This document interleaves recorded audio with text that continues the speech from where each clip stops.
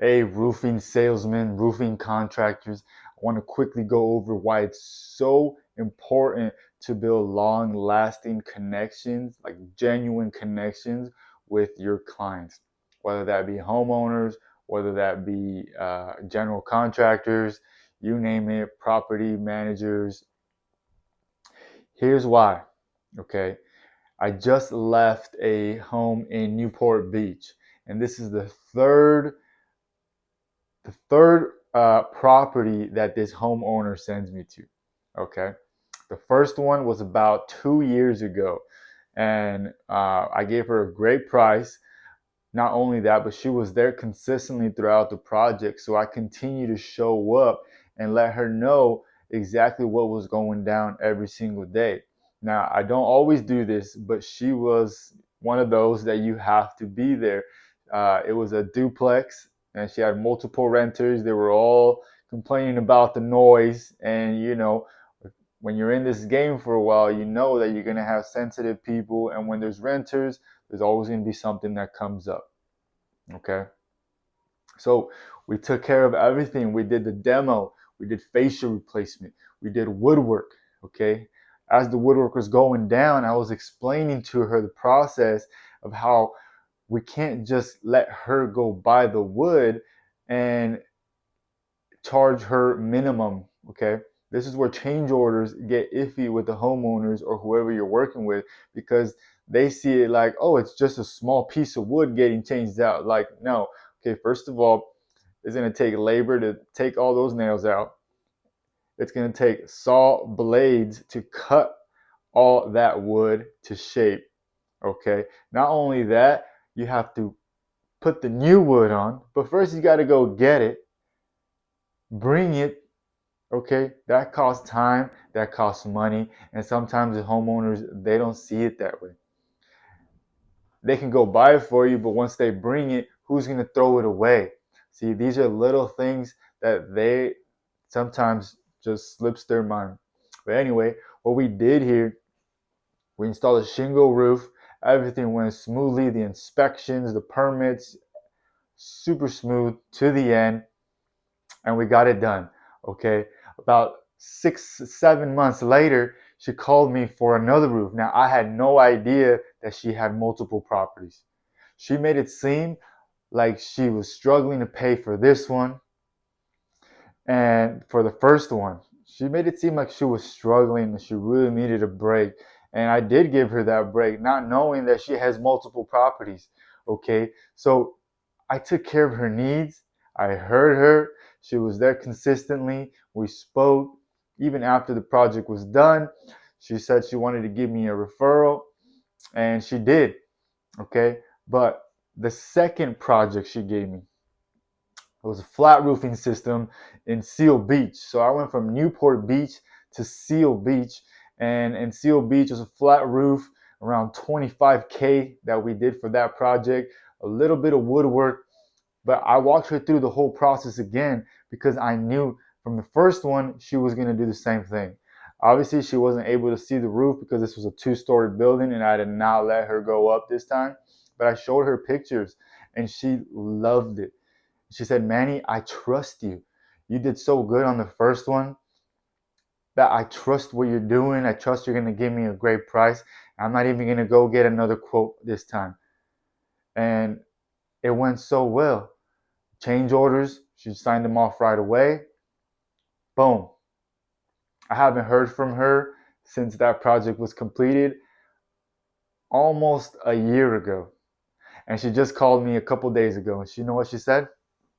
She said, Manny, that first roof you did for me, someone threw some cartridges on the roof. There were some little smoke cartridges. So I'm like, you know what? I'll go take care of that for you. What else? And then she said, you know what? The back vent, one of the renters says that she keeps hearing a dripping sound. I went to check it out. There was nothing there. Okay, visually. So I told her I went to go look at the roof that she sent me to, the third one, which was right across the street from the first project we did. Okay, so now we got flat roof, a shingle roof on there, a gravel roof, multiple areas where the fascia board is damaged. Okay, That's easily another $25,000 job. Okay, so now she trusts me so much. She's giving me the work already. Now, obviously, it's not a done deal. I still got to present it. I still have to sell it. But this is the third roof she's giving me.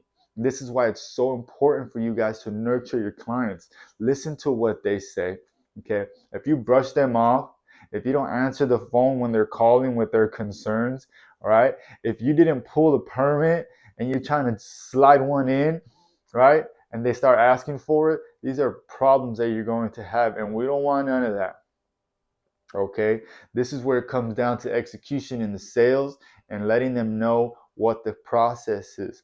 So I always like to explain to all of them the whole process. Okay, once we sign, here's what we're going to do. Once we sign, we collect that deposit. That's going to lock her in for her scheduled date. Now, the only way that scheduled date's going to change is if the weather permitting. Okay, so what do we do then? As we get closer, a couple days before the project's going to start, usually like 5 days before, I'll call her up again and I'll say, hey, I hope you're doing well. As of right now, we're on schedule. We already pulled the permit. Here's what's going to happen. On Monday, the dumpsters are going to arrive, and our demo crew is going to be there either 8 to 12 a.m. or 12 to 4.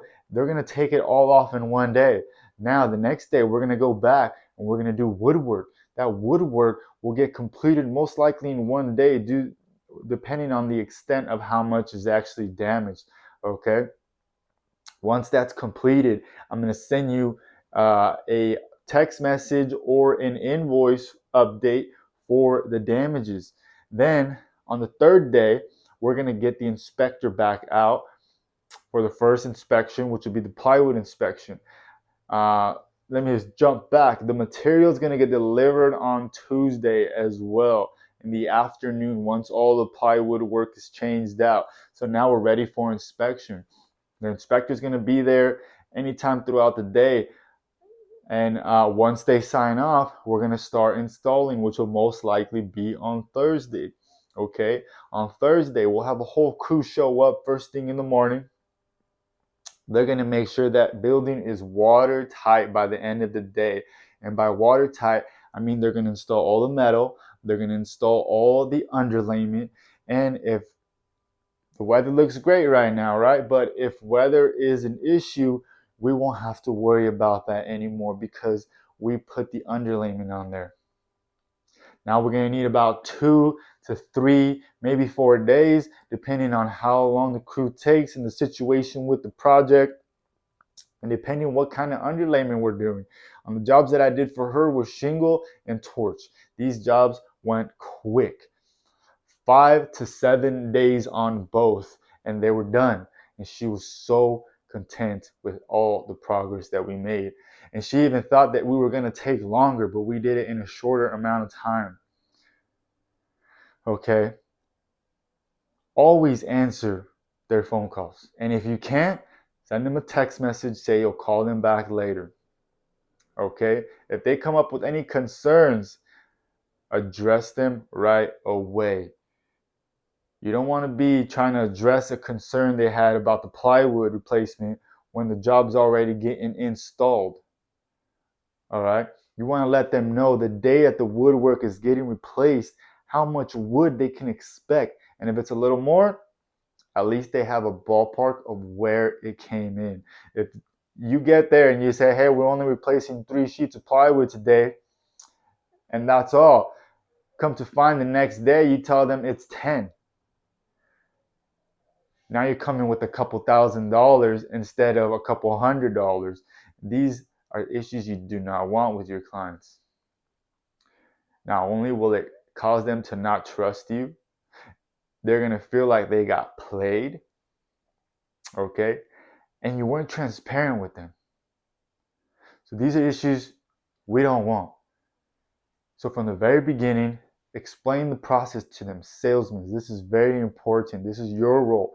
A project manager is going to manage the crews, going to manage material orders and deliveries.